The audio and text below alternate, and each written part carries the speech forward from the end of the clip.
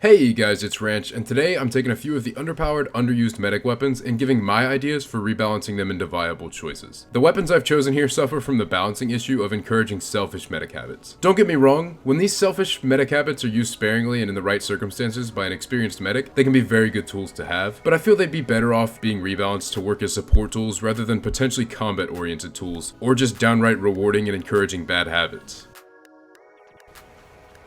This first one's going to be controversial. The Blutsauger is loved by many, however at the end of the day, if we're being honest, you're at a disadvantage as a medic if you're not using the Crusader's crossbow. The crossbow allows you to put out huge bursts of healing in under 2 seconds, and now that you receive Uber for healing with it, it's pretty much the obvious choice for effective medics. On top of that, a newer player might look at the Blutsauger's stats and think, well, this means I don't have to be healing as medic. Now I can do the killing myself. And they would be somewhat right, unfortunately. The Blutsauger takes passive defense away from the medic and encourages taking the offensive to make up for it. The Blutsauger's current stats are on hit plus 3 health, minus 2 health drained per second on wearer. The idea behind this weapon is that while you regenerate less health with it equipped than you normally would, you can make up for that loss of 2 HP regen per second by shooting enemies with it and gaining health that way. The problem with this, as I said before, is that the Blutsauger encourages a selfish combat medic style of play, which ultimately means it encourages bad habits in medics. My proposed stats for the Blutsauger are on hit plus 3 health and minus 30% damage dealt. The idea behind giving the Blutsauger these stats is to make it alluring while not taking away any portion of the medic's important passive healing, and the minus 30% damage penalty discourages using it to go solo combat medic. The plus 3 health on hit stat has not been changed. These changes would make the weapon function as an emergency tool for the medic to quickly gain some health while escaping a dangerous situation. It discourages combat medic and encourages critical thought. When the medic is left on his own and his health has reached a critically low point, he can pull the weapon out and fire as he backpedals away, potentially saving his own life in doing so, but most likely doing no significant damage due to the damage penalty.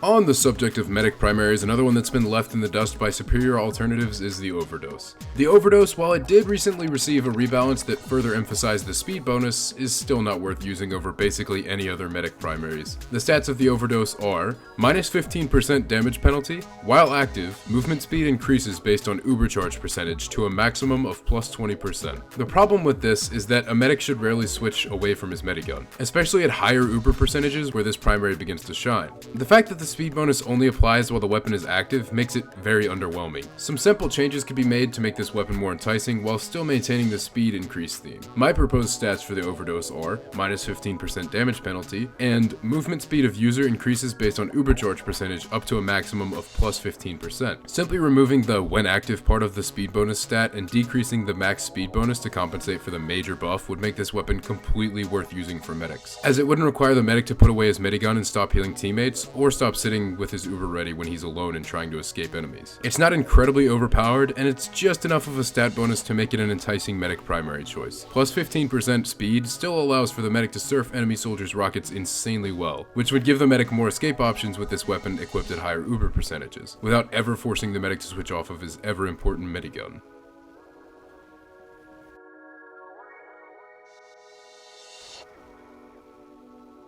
The 𝐕𝐈𝐃𝐄𝐈𝐿 is an interesting weapon. It's kind of overpowered on paper and even in practice, but still practically no one uses it. Its current stats are, on death, up to 20% of your Uber charge is retained, and minus 10 max health on wearer. While you might argue that it's a team-oriented tool because it allows you to preserve some of your Uber, which will aid your team in making pushes, it also shows a lack of care for communication and teamwork with your team. You're sacrificing 10 health, which brings you into some dangerous damage thresholds, which will end you dying to some things that you wouldn't die to with any other medic melee weapon. You're crippling your own survivability so that you can have a small amount of Uber that could be built up in the 12 seconds you'll spend respawning if you die due to the lower health you have with this weapon. Despite this, the 𝐕𝐈𝐃𝐄𝐈𝐿 can be stupidly powerful in competitive settings. It allows the medic to potentially maintain an Uber advantage even after he dies, or at least allows him to stay closer to the opposing medic's Uber percentage, potentially even giving him a better chance of getting Uber back before the enemy medic even has a good opportunity to use his Uber. For all of these reasons, the 𝐕𝐈𝐃𝐄𝐈𝐿 is in dire need of some changes in my humble opinion. My suggested stats for the Vitasol are plus 10% ubercharge rate for 10 seconds after respawning from being killed by an enemy, and minus 10% ubercharge build rate while on fire or bleeding. And finally, ubercharge build rate penalties do not stack. This weapon particularly was incredibly difficult to rebalance because I wanted to keep with the theme of making an uber loss to death less of an annoyance, because we all know how annoying that can be as medics. But the problem you run into with any weapon that helps boost ubercharge percentage or maintain ubercharge percentage upon death is that